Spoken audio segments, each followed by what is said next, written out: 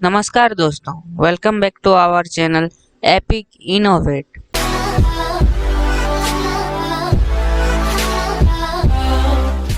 आज हम बात करने वाले हैं HCL के entrance exam HCL set exam के बारे में। आज हम HCL सेट एग्जाम के सिलेबस के बारे में जानेंगे और HCL सेट एग्जाम के प्रैक्टिस पेपर के बारे में डिस्कस करेंगे।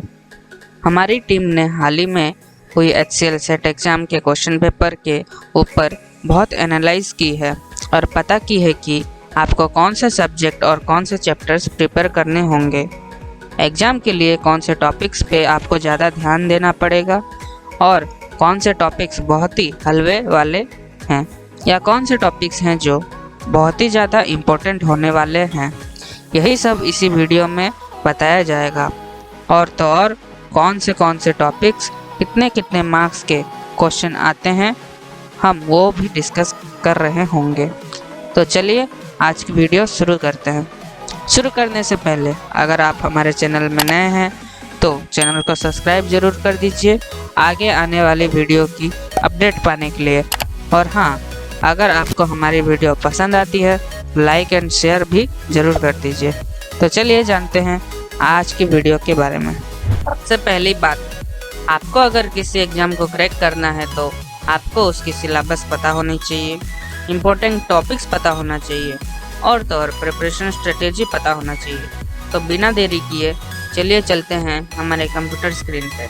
तो चलिए जानते हैं how to prepare for HCL set exam. सबके मन में जो पहला डाउट होता है इसमें टोटल कितने क्वेश्चंस होते हैं, तो मैं सबको बताना चाहता हूँ इसमें टोटल 30 क्वेश्चंस होते हैं और जो 30 क्वेश्चन होते हैं ये 3 पार्ट में डिवाइडेड होते हैं, क्वांटिटेटिव एप्टीट्यूड, रीजनिंग और इंग्लिश में। हर ईच सेक्शन में 10 क्वेश्चंस डिवाइडेड होते हैं। और सेकंड जो डाउट होता है सबके मन में वो ये होता है कि मिनिमम परसेंटेज जो होती है इसको क्वालिफाई करने के लिए कितनी होती है। तो मैं बताना चाहता हूँ तो मिनिमम ओवरऑल जो परसेंटेज होती है वो मिनिमम 60% होती है और ईच सेक्शन की जो कट ऑफ मार्क होती है 4 मार्क्स होती है। इसका मतलब आपको ईच सेक्शन में मिनिमम 4 मार्क्स लाना है ईच सेक्शन को क्वालिफाई करने के लिए। और ये बहुत ही ज़रूरी है कि आप हर एक सेक्शन को क्वालिफाई करें।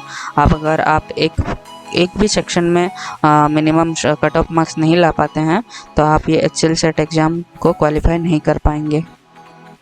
तो चलिए जानते हैं HCL सेट एग्ज़ाम के स्ट्रक्चर के बारे में। जैसे कि मैं बता चुका हूँ इसमें 3 सेक्शन होते हैं, क्वांटिटेटिव एप्टीट्यूड, रीजनिंग और इंग्लिश। तो चलिए जानते हैं इस सेक्शन के बारे में डिटेल्स में। पहला क्वांटिटेटिव एप्टीट्यूड, इसके नाम में ही जैसे लिखा हुआ है क्वांटिटेटिव एप्टीट्यूड, इसमें मैथ्स के क्वेश्चन ही पूछे जाते हैं। जैसे कि आपको क्लासेस के basic geometrical idea, mensuration, ratio proportion, data handling, class 7 के पेरीमीटर एरिया डाटा हैंडलिंग और क्लास 8 के data handling, mensuration, exponents power को पढ़ना पड़ेगा। मेरा मतलब पढ़ना पड़ेगा का मतलब आपको फिर से क्लासेस 7 और 8 के बुक खोल के स्टार्टिंग से पढ़ना नहीं पड़ेगा। एक्चुअली आपको ये जो चैप्टर्स लिखे गए हैं उनको एक बार ओवरव्यू करना पड़ेगा। इसमें जो जैसे ज्योमेट्रिकल आइडिया में कुछ मतलब फॉर्मूले होते हैं उनको आपको याद करना पड़ेगा। मेंसुरेशंस में बहुत सारे फॉर्मूले होते हैं उनको याद करना पड़ेगा। कुछ जो एग्जांपल्स होते हैं, क्वेश्चंस होते हैं उनको थोड़ा ओवरव्यू करना पड़ेगा। आप चाहें तो आप कुछ क्वेश्चन सॉल्व भी कर सकते हैं, पर एटलीस्ट आप अगर ओवरव्यू भी कर लेते हैं और अच्छे से देख भी लेते हैं तो आप एनी हाउ ये कट ऑफ मार्क को क्रॉस कर सकते हैं और इस सेक्शन को क्रॉस कर सकते हैं और HCL सेट एग्ज़ाम को क्वालिफाई कर सकते हैं। तो बस आपको ध्यान में इतना रखना होगा कि आपको यहाँ पर जितने भी चैप्टर्स मेंशन हैं उन्हीं चैप्टर्स को थोड़ा ओवरव्यू करना पड़ेगा। आप चाहें तो उनमें प्रैक्टिस भी कर सकते हैं। तो आगे बढ़ते हुए तो चलिए अब जानते हैं minimum question for some important chapters. मतलब हम हर क्वांटिटेटिव एप्टीट्यूड के हर एक चैप्टर से कितने मिनिमम और मैक्सिमम क्वेश्चन पूछे जाते हैं उसकी जानकारी लेंगे। तो सबसे पहला perimeter area, minimum 1 to 3 question, मतलब मिनिमम 1 क्वेश्चन तो आएंगे ही आएंगे और मैक्सिमम 3 क्वेश्चन तक ही जाएंगे, उससे ज़्यादा नहीं। तो आपको एटलीस्ट पेरीमीटर एरिया से 1 क्वेश्चन आएंगे ही आएंगे। इसलिए मैं बताना चाहता हूँ कि आप ये सारे चैप्टर्स को बस आप ओवरव्यू भी कर लेंगे तो आपके लिए काफ़ी है। आप इन क्वेश्चंस को आराम से सॉल्व करके आ सकते हैं। डाटा हैंडलिंग से मिनिमम दो से तीन क्वेश्चन आएंगे, मतलब मिनिमम 2 क्वेश्चन तो आएंगे ही आएंगे। और एक बात, सेट जो क्लास 11th की है, जो मैंने यहाँ पे मेंशन की नहीं, ये बहुत इंपॉर्टेंट है, आपको पढ़ना ही पड़ेगा। सेट से मिनिमम 1 से 2 क्वेश्चन आते हैं, ज़्यादा नहीं आते, पर इंपॉर्टेंट है, क्लास 11th की है तो आपको क्लास सेट पे भी ध्यान देना पड़ेगा। या इक्वेशन सिंप्लीफिकेशन से मिनिमम 2 से 3 क्वेश्चन आते हैं। वर्क एंड टाइम से 3 से 4 क्वेश्चन आते हैं। वर्क एंड टाइम थोड़ा सा हार्ड है, तो आप इस पर थोड़ा ज़्यादा फोकस डाल सकते हैं, क्योंकि इससे मैक्सिमम क्वेश्चंस आ रहे हैं और ये बहुत ही स्कोरिंग क्वेश्चंस हैं, आप आराम से इसमें स्कोर कर सकते हैं। एक्सपोनेंट एंड पावर से मिनिमम 3 से 4 क्वेश्चन आते हैं और रेशियो एंड प्रोपोर्शन से मिनिमम 1 to 2 क्वेश्चंस आते हैं। तो आप इन चैप्टर्स को एक बार ओवरव्यू भी कर लेंगे तो आप जितने भी चैप्टर्स इंपॉर्टेंट चैप्टर्स हैं, इसमें जो जितने मिनिमम क्वेश्चंस आते हैं, आप इनको आराम से सॉल्व कर सकते हैं और क्वालिफाई कर सकते हैं। आगे बढ़ते हुए नेक्स्ट सेक्शन की तरफ, जो है रीजनिंग। इसमें ब्लड रिलेशन से मिनिमम 2 से 3 क्वेश्चन आते हैं। कोडिंग डिकोडिंग से 1 क्वेश्चन तो आता ही है मिनिमम। नंबर सीरीज से 1 क्वेश्चन आता है। एनालॉजी से 1 क्वेश्चन आता है और फिगर मैट्रिक से 2 से 3 क्वेश्चंस आते हैं और पैटर्न से मिनिमम 1 से 2 क्वेश्चन आते हैं, कभी कभी 3 भी आ जाते हैं।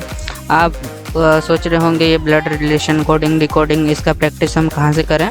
तो हम नेक्स्ट वीडियो जल्दी लेके आने वाले हैं, जिसमें आपको सैम्पल पेपर डिस्कशन करेंगे हम, और आपको सैम्पल पेपर डाउनलोड भी कर सकते हैं हमारे ऑफिशियल वेबसाइट से। वो वीडियो जल्द ही आने वाला है। और उसके बाद जो नेक्स्ट सेक्शन है इंग्लिश, उसके तरफ आगे बढ़ते हुए इसमें जो आती हैं fill in the blanks with the help of word और फ्रेज, और कॉम्प्रिहेंसिव और पैसेज आती है, पैराजंबल आते हैं। ये सब भी हमारे जो नेक्स्ट वीडियो है उसमें सैम्पल पेपर में अवेलेबल होंगे। पूरा क्वेश्चन पेपर ही अवेलेबल होगा कि कैसे 30 क्वेश्चन आते हैं, कैसे सेक्शन होते हैं। सब अभी रिसेंटली जो एग्ज़ाम हुए हैं, हमको कुछ बच्चों ने भेजा है क्वेश्चन पेपर, उन्हीं क्वेश्चन पेपर के ऊपर हम एनालाइज करके नेक्स्ट वीडियो जल्द ही लाने वाले हैं। वैसे मैं बताना चाहता हूँ, ये fill in the blanks with the help of word page comprehension वगैरह जो हम लोग क्लास 9, 10, 11, 12 से पढ़ते आए हैं, उसी बेसिस पे ही रहता है। आप जो पहले पढ़े हुए हैं fill in the blanks in grammar में, आप वही चीज़ ही, वही क्वेश्चन, वैसे ही टाइप का क्वेश्चन ही आता है, आप उसे भी देख के रिवाइज कर सकते हैं। और ऐसे भी हमारा जल्द ही वीडियो आने वाला है जिसमें हम सैम्पल पेपर डिस्कस करेंगे। आप वहां से सैम्पल पेपर, टेस्ट पेपर्स वगैरह डाउनलोड करके भी प्रैक्टिस कर सकते हैं। और ये जो फॉर्मेट है पूरी, how to prepare for excel set exam, ये मैं डिस्क्रिप्शन पे डाल दूंगा, आप इसे भी डाउनलोड करके देख सकते हैं।